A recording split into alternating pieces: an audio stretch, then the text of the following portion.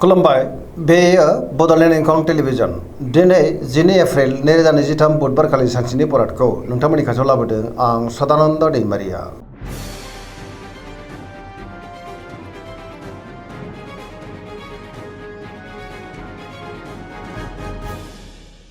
सिगां फरायनो लादों मेष राशि गिबि हांखो अ ल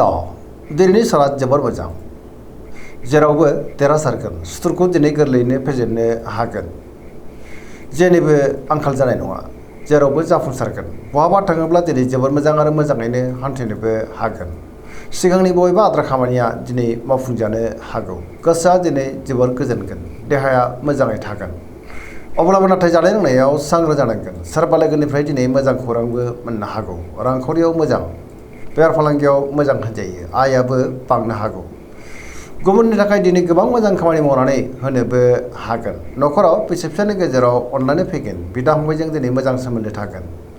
गुबुननि गोसोखौ गोरलैयैनो बोनोबो हागोन गोसोनि बोलोआबो दिनै बांनो हागौ समाजाव मान मोननो हागोन सेंग्रा सिख्लाफ्रा जोबोर रमान्टिक जागोन आरो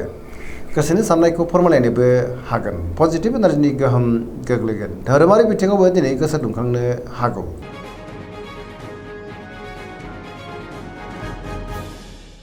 वृष राशि गिबि हांखो इ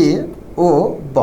दिनैनि साना जोबोर मोजां गोसोखौ दिनै जोबोर गोजोननाय मोनगोन गोसोनि बोलोआ बांगोन मावनो लानाय खामानिखौ थि समावनो मावफुंनो हागोन समाजाव मान मोनगोन रांखावरियाव मोजां बेफार फालांगियावबो मोजां होनजायो आयाबो दिनै बांनो हागौ गोबां मुंदांखा सुबुंजों दिनै लोगो मोनज्लायनोबो हागौ न'खराव बिसि फिसायनि गेजेराव अननानै फैगोन बिदा फंबायजों दिनै मोजां सोमोन्दो थागोन सोरजोंबा बाख्नाय जानो हागौ देहाया मोजाङै थागोन गुबुननिफ्राय थोजासे हेफाजाबबो मोननो हागौ सोरबा लोगोनिफ्राय मोजां खौरां फैनोबो हागौ गोसोनि साननायफ्रा मोगथाङाव जाफुंगोन पजिटिभ एनार्जिनि गोहोम गोग्लैगोन लाइमोनफ्रा दिनै जोबोर रमान्टिक जागोन आरो गोसोनि साननायखौ फोरमायलायनोबो हागोन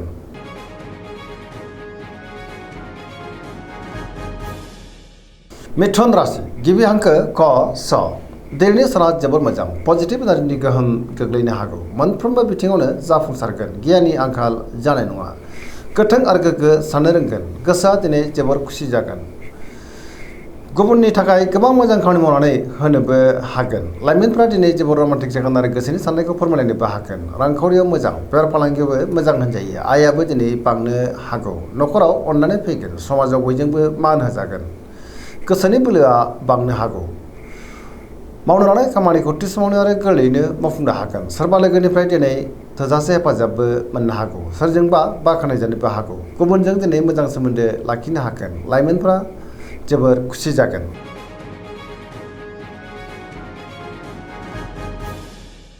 कर्कट राशि गिबि हांखो ड ह दिनैनि साना जोबोर मोजां गोसोखौ दिनै जोबोर गोजोननाय मोनगोन सोरबा लोगोजों बाख्नाय जानो हागौ गुबुननि थाखाय दिनै गोबां मोजां खामानि मावनानै होनोबो हागोन गोसोनि साननायफ्रा मोगथाङाव जाफुंनो हागौ गोसोआव दिनै पजिटिभ साननायबो फैनो हागौ मावनो लानाय खामानिखौ थि समावनो आरो गोरलैयैनो मावफुंनो हागोन रांखावरियाव जोबोर मोजां बेफार फालांगियावबो जोबोर मोजां मुलाम्फा मोनगोन न'खराव बिसि फिसायनि गेजेराव अननानै फैगोन बिदा फंबायजों दिनै मोजां सोमोन्दो थागोन समाजाव लोगो लेवा बांगोन देहाया दिनै मोजाङैनो थागोन गुबुननिफ्राय थोजासे हेफाजाबबो मोनगोन समाजाव दिनै मान मोननो हागौ फरायसाफ्रा फरायनायाव गोसो दुंखांगोन आरो मोजां फिथाइ मोनगोन गुबुनजों दिनै मोजां सोमोन्दो लाखिनो रोंगोन मोनफ्रोमबो बिथिङावनो जाफुंसारगोन पजिटिभ एनार्जिनि गोहोम गोग्लैगोन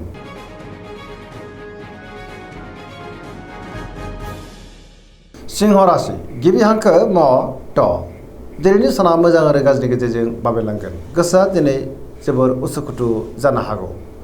नेगेटिभ साननाय फैगोन गोथों आरो गोग्गो साननो रोंनाय नङा गियाननि आंखाल जानोबो हागौ मावनो लानाय खामानिखौ मावफुंनायाव माबा नङा माबा मोनसे हेंथा फैनोबो हागौ सोरबा लोगोनिफ्राय दिनै गाज्रि खौरांबो फैनो हागौ बहाबा दावबायनो एबा हान्थिनो खाबु मोनगोन आरो मोजाङैनो हान्थिनोबो हागोन रांखावरियाव मोजां अब्लाबो नाथाय खरसायाबो बांनो हागौ मोननो गोनांथारखौ दिनै मोननो हागोन बेफार फालांगियाव मोजां होनजायो गोसोनि साननायफ्रा देबोर नांनो हागौ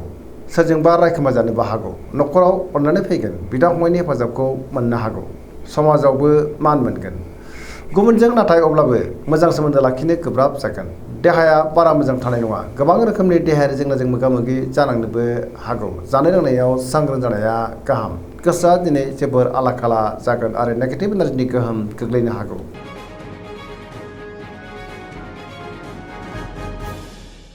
कन्या राशि गिबि हांखो प ट दिनैनि साना जोबोर मोजां गोसोआव पजिटिभ साननाय फैगोन गोथों आरो गोग्गो साननो रोंगोन गियाननि आंखाल जानाय नङा मोनफ्रोमबो खामानिखौनो दिनै मोजाङैनो मावफुंलांनो हागोन रांखावरियाव मोजां अब्लाबो नाथाय खरसायाबो बांनो हागौ बेफार फालांगियाव मोजां होनजायो देहाया मोजाङैनो थागोन गोबां मुंदांखा सुबुंजों दिनै लोगो मोनज्लायनोबो हागौ अब्लाबो नाथाय गोसोनि साननाया देबर नांनोबो हागौ गोसोआव दिनै पजिटिभ साननायबो फैनो हागौ लाइमोनफ्रा दिनै जोबोर रमान्टिक जागोन आरो गावबा गावनि गोसोनि साननायखौ फोरमायलायनोबो हागोन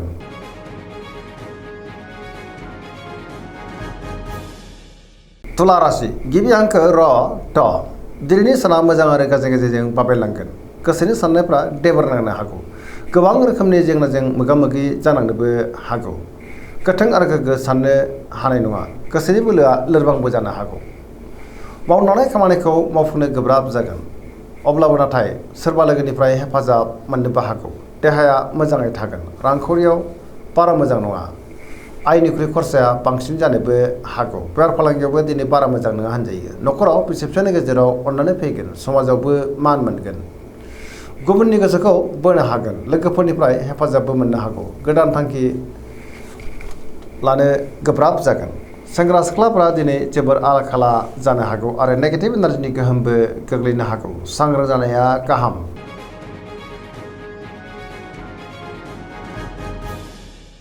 वृश्चिक राशि गिबि हांखो न स दिनैनि साना जोबोर मोजां पजिटिभ एनार्जिनि गोहोम गोग्लैगोन मोनफ्रोमबो बिथिङावनो जाफुंसारगोन समाजावबो दिनै लोगो लेवा बांनो हागौ सोरबा गोजाम लोगोजों बहाबा लोगो मोनज्लायनानै गोसोआ दिनै जोबोर खुसि जागोन गोसोआव गोथों आरो गोग्गो साननाय फैगोन गियाननि आंखाल जानाय नङा मावलांनाय खामानिखौ थि समावनो आरो गोरलैयैनो मावफुंनोबो हागोन गुबुननिफ्राय थोजासे हेफाजाबबो मोननो हागौ गोसोनि साननायफ्रा मोगथाङाव जाफुंगोन गोसोनि बोलोआबो बांगोन समाजाव बयजोंबो मान होजागोन न'खराव दिनै बिसि फिसायनि गेजेराव अननानै फैगोन रांखावरियाव मोजां अब्लाबो नाथाय खरसायाबो बांनो हागौ बेफार फालांगियाव जोबोर मोजां मुलाम्फा मोनगोन गुबुननि थाखाय मोजां खामानि मावनानै गोसोआ दिनै जोबोर खुसि जागोन आरो गुबुनजों मान होजानो हागौ फरायसाफ्रा दिनै फरायनायाव गोसो दुंखांगोन आरो मोजां फिथाइ मोनगोन लाइमोनफ्रा दिनै जोबोर रमान्टिक जागोन आरो गावबा गावनि गोसोनि साननायखौ फोरमायलायनोबो हागोन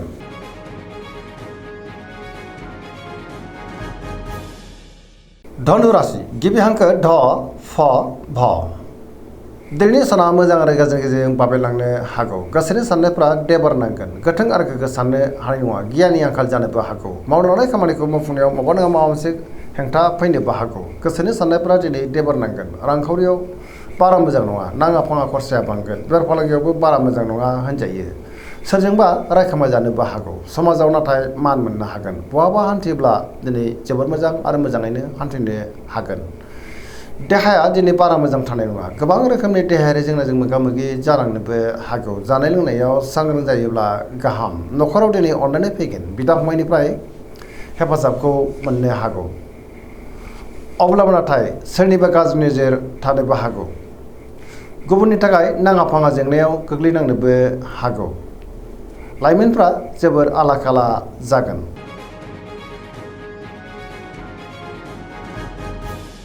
मकर राशि गिबि हांखो ख ज दिनैनि साना जोबोर मोजां गोसोनि साननाया मोगथाङाव जाफुंनोबो हागौ मावलांनाय खामानिखौ थि समावनो आरो गोरलैयैनो मावफुंनोबो हागोन रांखावरियाव दिनै जोबोर मोजां होनजायो गोबां रोखोमनि जेंनाखौ दिनै सुस्रांनो हागोन मोननो गोनांखौबो दिनै मोननो हागोन बेफार फालांगियावबो दिनै जोबोर मोजां मुलाम्फा मोननो हागौ अब्लाबो नाथाय नेगेटिभ एनार्जिनि गोहोमबो गोग्लैनो हागौ गोदान खामानियाव आखाइ होजेननो हागोन न'खराव अननानै फैगोन बिदा फंबायनिफ्राय दिनै हेफाजाबबो मोननो हागोन सेंग्रा सिख्लाफोरा जोबोर रमान्टिक जागोन आरो गावबा गावनि गोसोनि साननायखौ फोरमायलायनोबो हागोन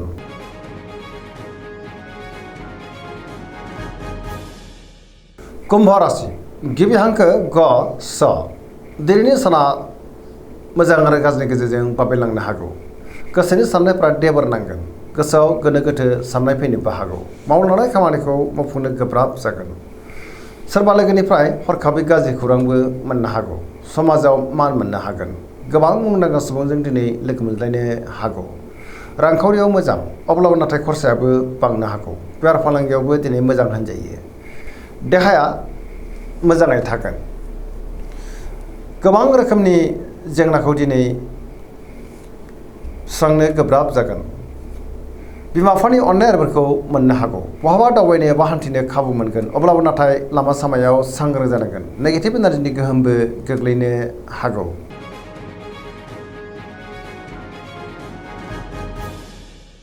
मीन राशि गिबि हांखो ड स। दिनैनि साना जोबोर मोजां। गुबुननि थाखाय दिनै गोबां मोजां खामानि मावनानै होनोबो हागोन। गोसोआव दिनै पजिटिभ साननाय फैगोन। गोथों आरो गोग्गो साननो रोंगोन। गियाननि आंखाल जानाय नङा। गोसोनि बोलोआ बांगोन। गावनि गोसोनि साननायखौ दिनै गुबुननो फोरमायनोबो हागोन। देहाया मोजाङै थागोन। रांखावरियाव मोजां। अब्लाबो नाथाय खरसाया बांगोन। बेफार फालांगियाव मोजां होनजायो। न'खराव अननानै फैगोन। सोरजोंबा दिनै बाख्नाय जानो हागौ। लाइमोनफोरनि गोसोआ दिनै जोबोर रमान्टिक जागोन आरो गावबा गावनि गोसोनि साननायखौ फोरमायलायनोबो हागोन। फरायसाफ्रा दिनै फरायनायाव गोसो दुंखांगोन आरो मोजां फिथाइ मोनगोन। पजिटिभ एनार्जिनि गोहोम गोग्लैगोन आरो सोरजोंबा बाख्नाय जागोन। दिनैनि राशि फरायनाया एसेनोसै। जोबनायाव बेखौनो खावलायो जाहाथे नोंथांमोना सानफ्रोमबो जोंनि बे बड'लेण्ड इंखं टेलिभिजनखौ नायबाय थायो आरो साबस्क्राइब खालामो, लोगोसे लाइक खालामो आरो शेयार खालामो। एसेनोसै। गोजोन्थों।